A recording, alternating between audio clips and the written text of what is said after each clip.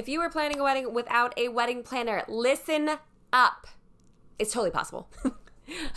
Hello, lovely humans, and welcome back to my channel. My name is Jamie Wolf, and I'm a wedding planner who gives you permission to plan your wedding without a wedding planner. But there are a couple things that you need to know if you are not hiring a wedding planner. Some roles, job descriptions, or personality traits that you will probably have to have or learn to adapt to just a little bit to make sure that you are planning this as effectively as possible. Number one, you're gonna have to be organized. And every type A in the crowd cheered, and everyone else groaned a little bit. But as per usual, I've got some resources for you to help you stay as organized as possible. Number one is our free downloadable timeline. I've gone over this in videos here before, when you should be booking things, what you should be researching, at what time. Don't worry, I got you. But obviously over here on YouTube, things are a little bit scattered. If you download the timeline, it'll be in a nice, clean, neat order, easy to understand, and not like my random self who just uploads videos what I feel like when I feel like. Okay. 2, you need to set aside time to plan. Have planning dates with your partner. Or if they're not interested, have planning dates with yourself. I literally just gave you permission to go to a cute local coffee shop wearing a very cute outfit and use your favorite pen in your planner to write stuff down. Does that, like, to some people that's like, oh, that sounds great. Other people, not so much. Find a way to treat yourself, but set aside time to work on your event. There's a reason that what I do is a full-time job, because I do a lot of things. So if you are intentional about setting aside this time to make sure you get stuff done, you will actually get stuff done. The third thing you need to know is that you're going to be spending a gob ton of time researching. Like a lot. Because you don't know what you're doing. And you're not supposed to know what you're doing. This is the first time you've done this.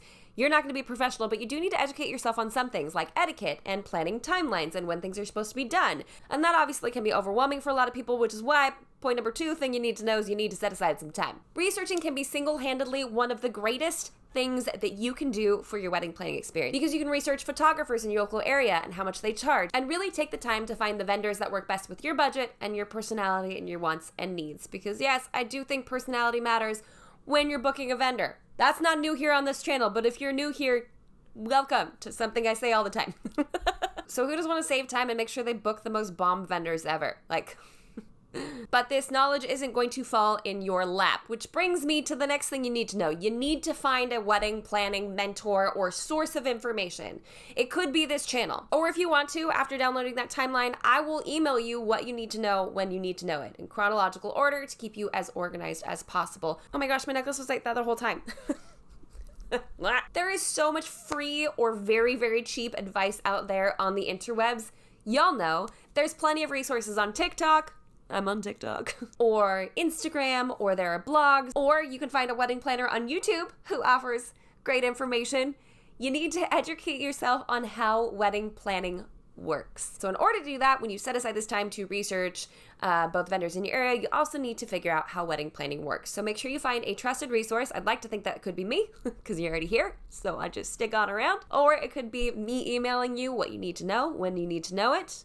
Download that timeline, friend. Or it could be hiring a local planner. Or it could be as simple as hiring a local planner for an hour or two and picking their brain on what you need to know about the local area. That's a hot tip that a lot of people may or may not know about. Find someone who you can talk to for just a little bit and pick their brain, come ready with questions, and like just dive on into it. Because 1 hour or 2 hours with a professional planner is going to be cheaper than their full services, but also give you that education, that crash course that you really do need to make sure you're planning your wedding effectively. I don't know what number we're on, but next is pour over your contracts. Read everything. I mean everything. Like, you don't know, obviously, what's normal and what's not normal. I get that. But there is absolutely no harm in, like, circling and highlighting stuff that you don't know about. Because, again, you've never done this before. You're educating yourself in the process. You don't have a planner. That's okay. But then, obviously, you'll need to be the person that stands up and says, this part of the contract doesn't make any sense. I want to make sure I'm signing something that makes everyone comfortable. Hey, what does this mean? Ask all the questions. Ask all the questions. Keep asking the questions. Obviously, our intent is not to annoy the heck out of any potential vendors or like any vendors that you might be signing a contract with, but you do want to make sure that you understand what you're signing, because it's a legally binding document and a lot of money is exchanging hands. So let's be clear here. Read them. Read your contracts. In case you missed it, in case I wasn't very clear, read your freaking contracts, because you don't have a planner that will. Most vendors are not out to get you, but you need to know what you're getting into. And once you go through that entire process, you have figured out vendors that will work with you. Your budget, your personality, you spent the time, you researched them, you read over the contract, and you feel comfortable moving forward. Ask them for recommendations.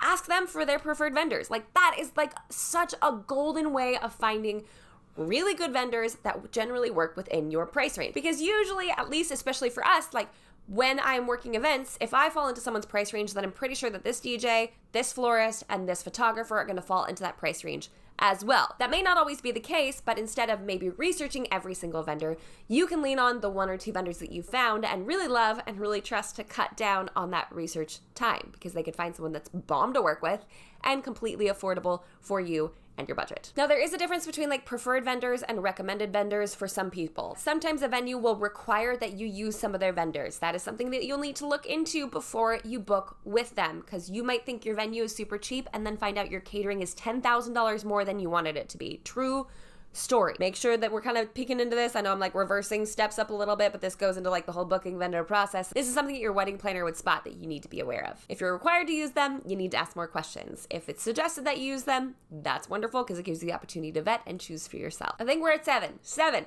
trust your vendors.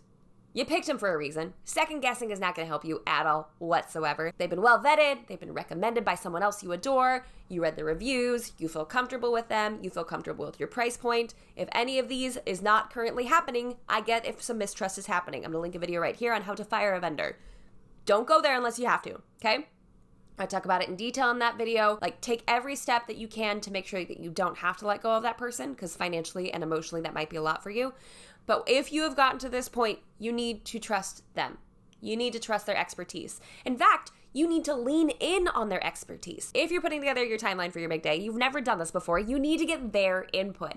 You need to get their feedback. Hey, that doesn't work for me. Hey, I'd love a little bit more time here. Or, whoa, that was really generous. We actually don't need that much time for this. Or, for 125 people, it'll take us this amount of time to feed your guests. To feed. I don't know why I paused like that. They have the answers that you're looking for, and there's absolutely no harm in asking them. So trust that they're going to be the best resource for all of this. Number 8, you do need someone to manage your day. You just do. A point person to take phone calls, someone that the caterer can run to with questions, someone other than yourself. We talk about it a lot on this channel, and I'm a freaking broken record. I know. But that's because it's important. And if you remember me saying that in another video, that just makes you a very good student of this channel and consider yourself getting a gold star, okay? You do need someone other than you. Because if you have every single vendor running up to you with all of the questions, it can be so overwhelming and really pull your attention away from the moment. Someone else needs to manage it. Someone else needs, why do I keep picking up this pen?